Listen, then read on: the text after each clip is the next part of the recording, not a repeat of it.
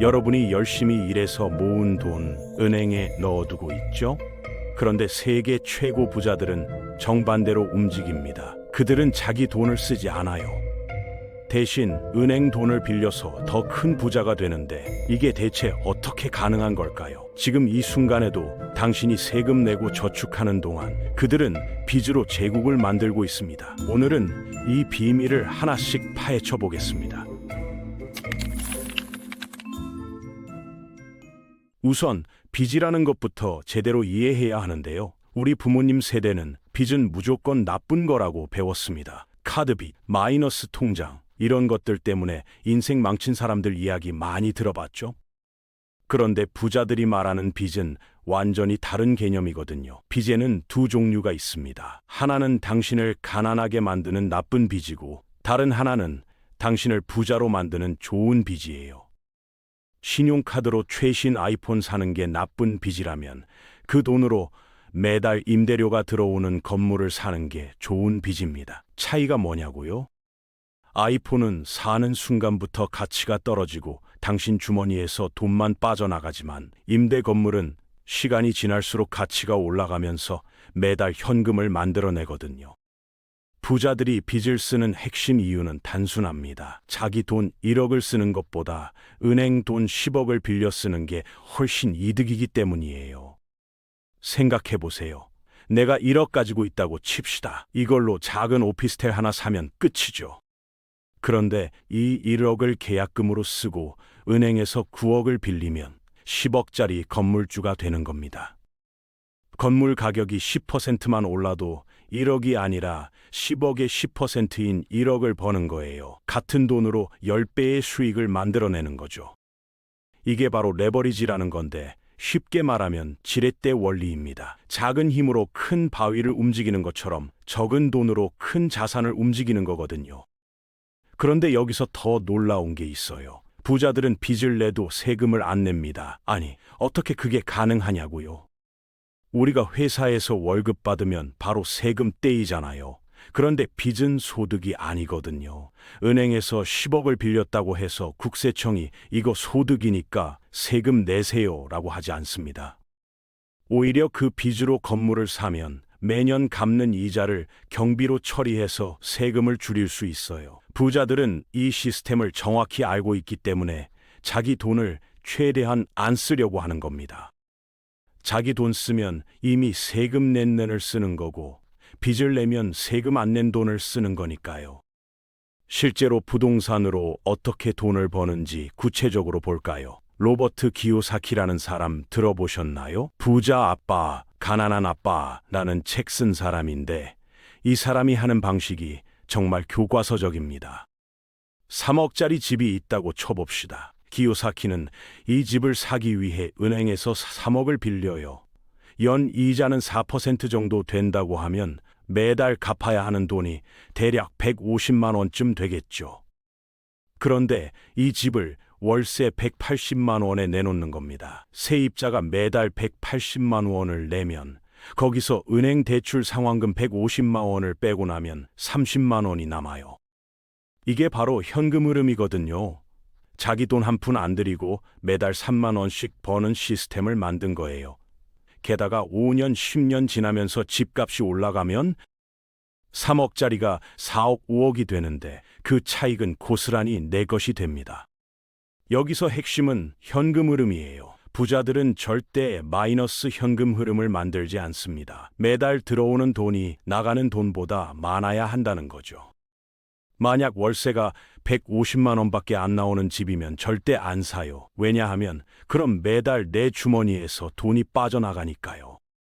부자들은 자산이 스스로 돈을 벌게 만들고 그 돈으로 또 다른 자산을 삽니다. 이렇게 눈덩이처럼 불어나는 거거든요. 첫 번째 집 하나 사고 거기서 나오는 월세로 두 번째 집 계약금 만들고 그 다음은 세 번째, 네 번째 이런 식으로 10년 안에 건물 10채 주인이 되는 겁니다. 그런데 부동산만 있는 게 아니에요. 주식시장에서도 똑같은 원리가 적용되거든요. 부자들은 마진이라는 걸 씁니다. 쉽게 말하면 증권사에서 돈 빌려서 주식 사는 건데요. 내가 1억 있으면 증권사에서 1억을 더 빌려서 2억어치 주식을 살 수 있어요. 만약 그 주식이 20% 오르면 어떻게 될까요? 2억에 20%니까 4천만 원을 벌죠. 거기서 빌린 돈 이자 몇백만 원 빼도 3천만 원 넘게 남습니다. 내 돈만 썼으면 2천만 원 벌었을 텐데 빚을 써서 3천만 원을 번 거예요. 물론 반대로 손해볼 수도 있지만 부자들은 철저하게 계산해서 움직이거든요. 실제 사례 하나 더 볼까요? 어떤 부자가 있는데 이 사람은 연 5% 이자로 10억을 빌렸습니다. 그럼 1년에 이자로 5천만 원을 내야 하죠. 그런데 이 돈을 연 12% 수익 나는 곳에 투자했어요. 그러면 1년에 1억 2천만 원이 들어옵니다. 여기서 이자 5천만 원 빼면 7천만 원이 남는 거예요. 자기 돈 하나도 안 쓰고 7천만 원 버는 겁니다. 이게 가능한 이유는 금리 차이 때문이에요. 빌리는 이자보다 버는 수익이 크면 무조건 이득이거든요. 부자들은 이 차이를 만들어내는데 천재들입니다. 그런데 여기서 끝이 아니에요. 세금 부분에서 더 놀라운 전략이 숨어 있거든요. 바이, 버로우, 다이라는 말 들어보셨어요? 사고, 빌리고, 죽는다는 뜻인데 처음 들으면 무슨 말인가 싶죠. 이게 바로 미국 억만장자들이 쓰는 최고의 절세 전략입니다. 단계별로 설명해 드릴게요. 첫 번째, 부자는 주식이나 부동산 같은 자산을 삽니다. 예를 들어 10억짜리 주식을 산다고 해봅시다. 두 번째, 시간이 지나면서 그 주식 가치가 20억으로 올랐어요. 10억 이익이 난 거죠. 보통 사람들은 여기서 팔아서 현금화하려고 할 겁니다. 그런데 팔면 큰일 나요. 왜냐하면 10억 차익에 대해 양도소득세를 내야 하거든요. 대략 2억에서 3억 정도 세금으로 나갈 겁니다. 그래서 부자들은 절대 안 팔아요. 대신 세 번째 단계로 넘어갑니다. 20억짜리가 된 주식을 담보로 은행에 가져가서 5억을 빌리는 거예요. 은행은 20억짜리 주식 있으니까 기꺼이 빌려주죠. 이렇게 하면 주식은 그대로 가지고 있으면서 현금 5억을 손에 쥐게 됩니다.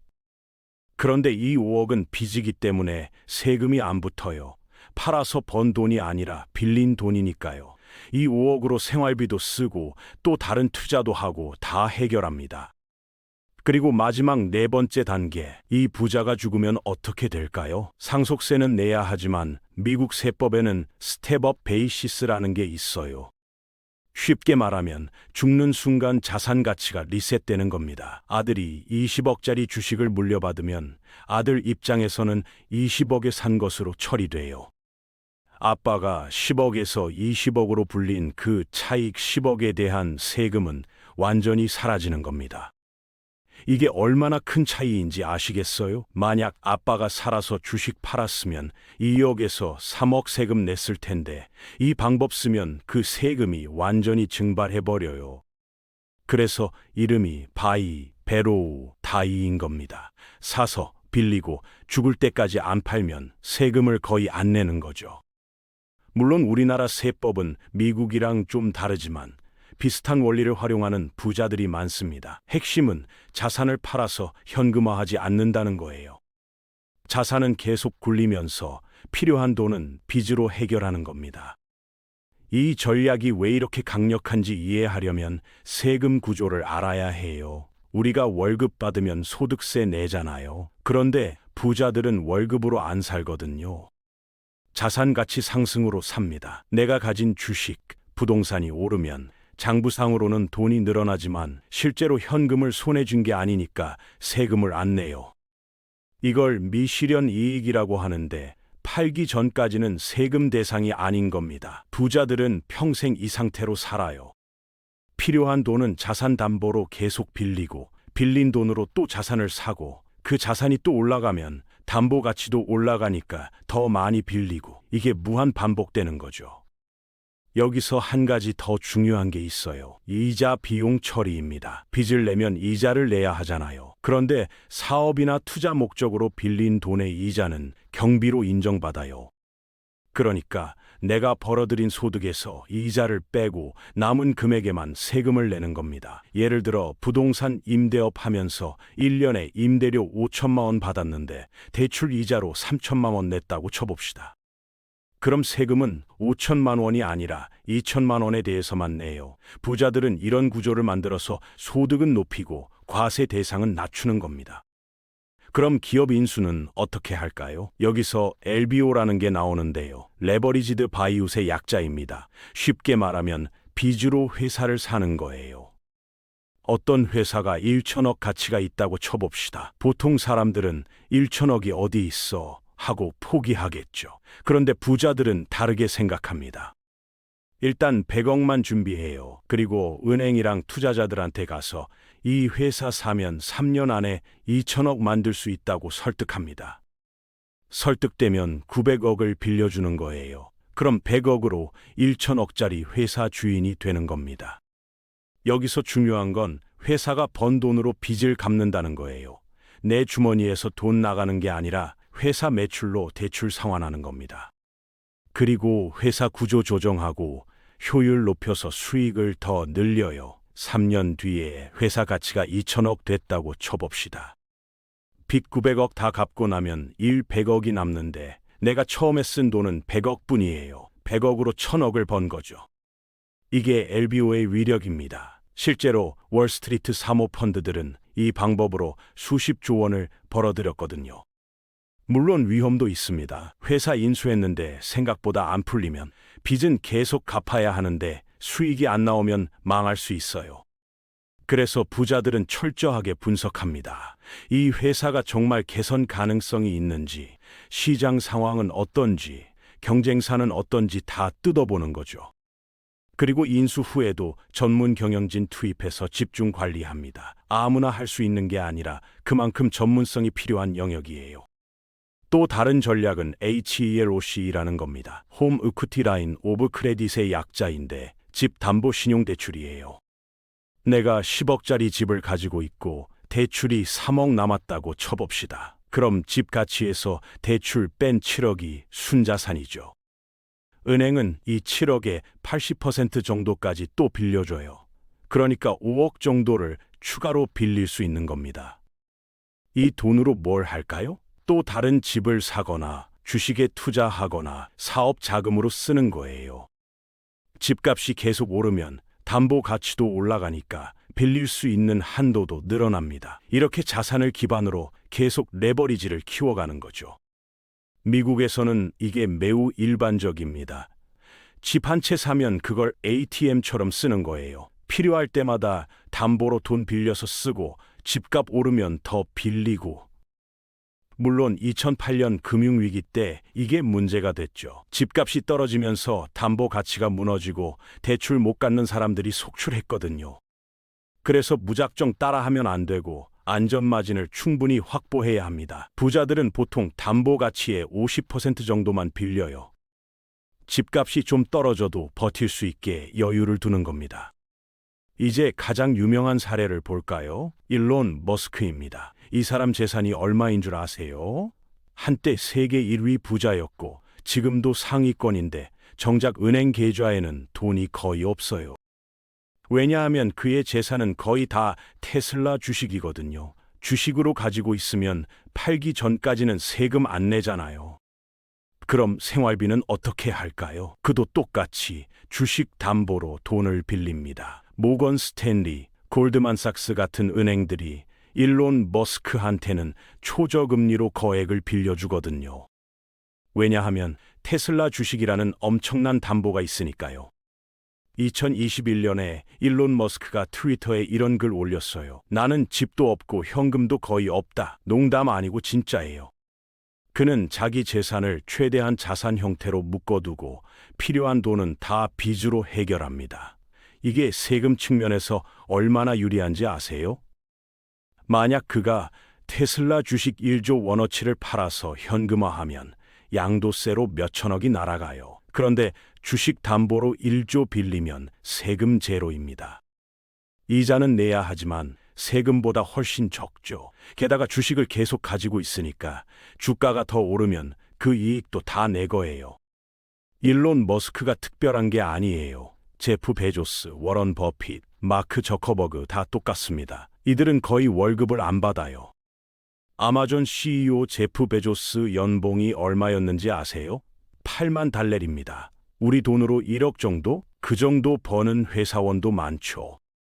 대신 그는 아마존 주식으로 수백조 자산을 가지고 있고 필요한 돈은 그 주식 담보로 빌려서 씁니다. 이게 진짜 부자들의 세계거든요. 현금으로 부자가 되는 게 아니라 자산으로 부자가 되는 겁니다. 그럼 일반 사람들도 이렇게 할 수 있을까요? 규모는 작지만 원리는 똑같이 적용 가능해요. 예를 들어 내가 전세로 살다가 집을 사기로 했다고 쳐봅시다.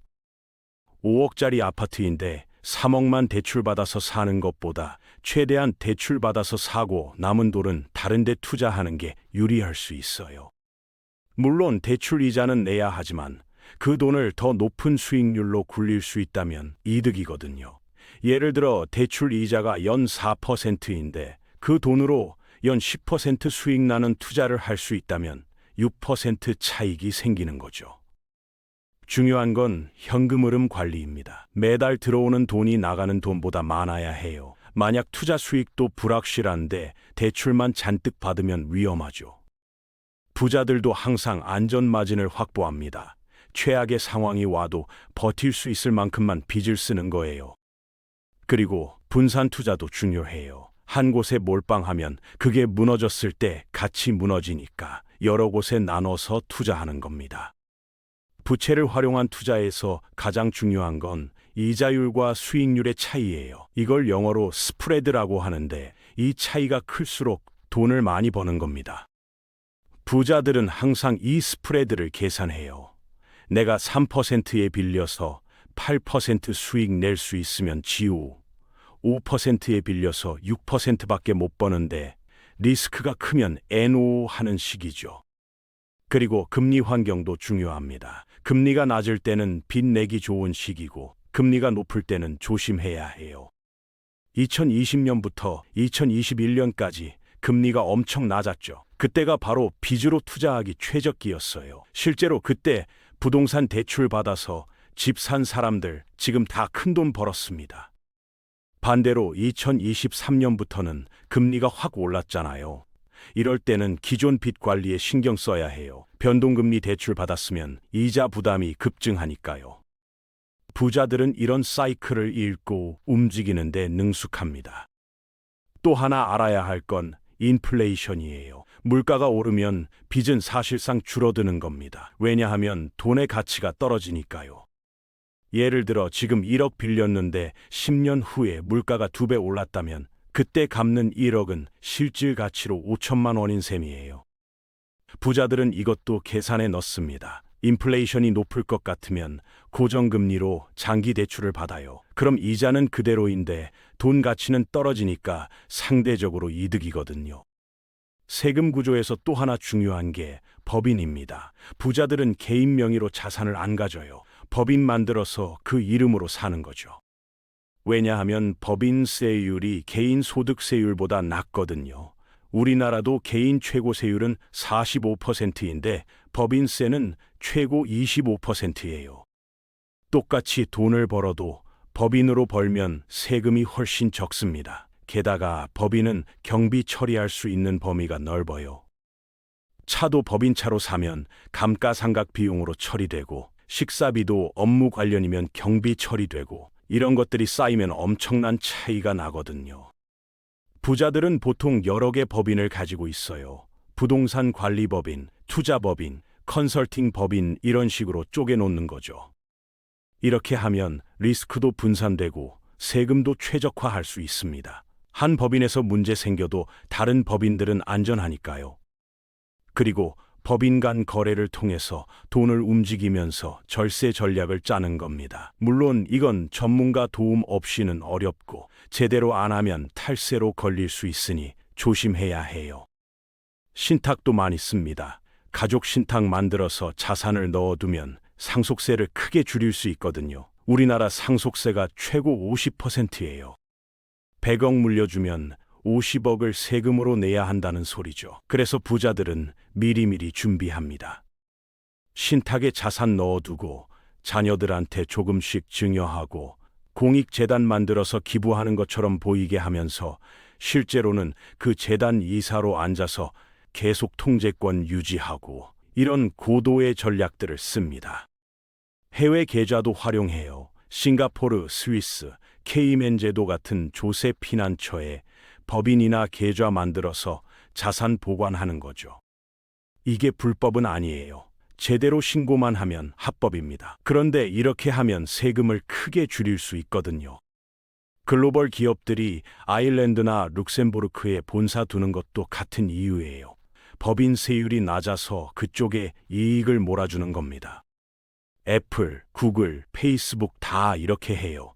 합법적인 범위 내에서 세금을 최소화하는 거죠. 부자들의 빚 쓰는 패턴을 보면 몇 가지 공통점이 있어요. 첫째, 절대 소비성 빚은 안 냅니다. 카드 빚, 자동차 할부 이런 거 안 해요.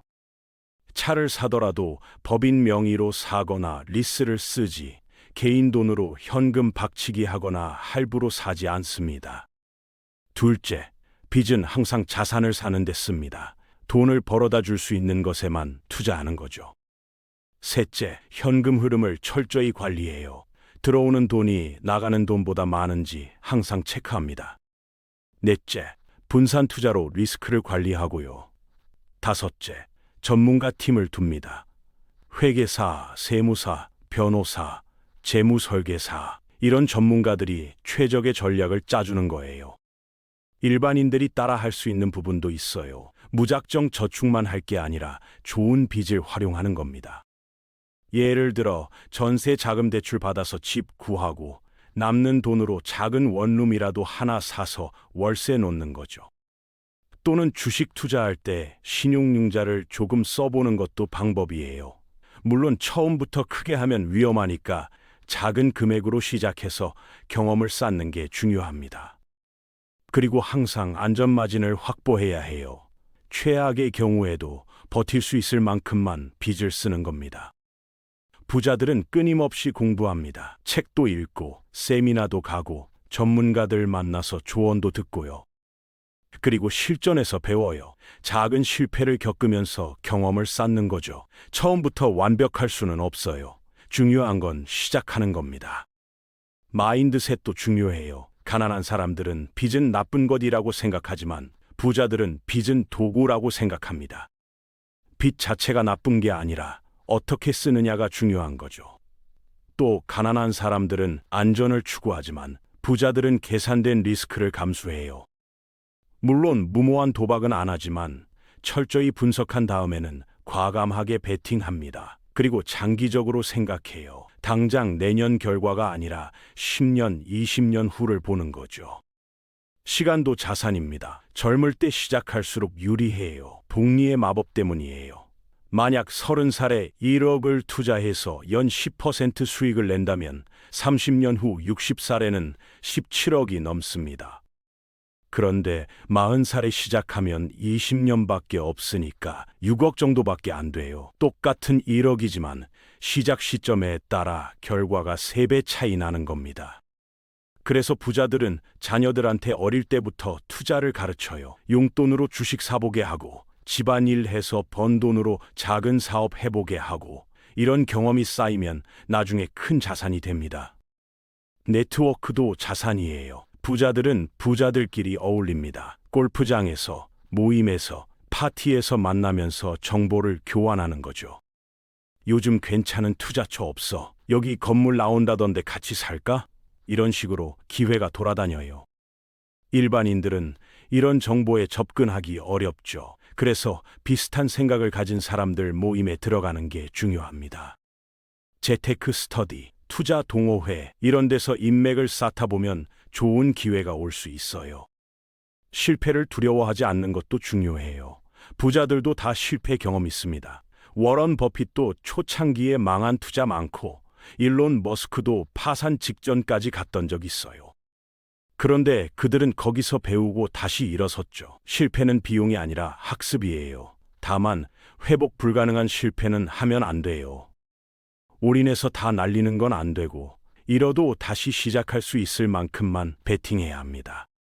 정리하자면 부자들이 빚을 쓰는 이유는 명확합니다. 자기 돈보다 남의 돈이 효율적이고 세금도 안 내고 레버리지로 수익을 극대화할 수 있으니까요.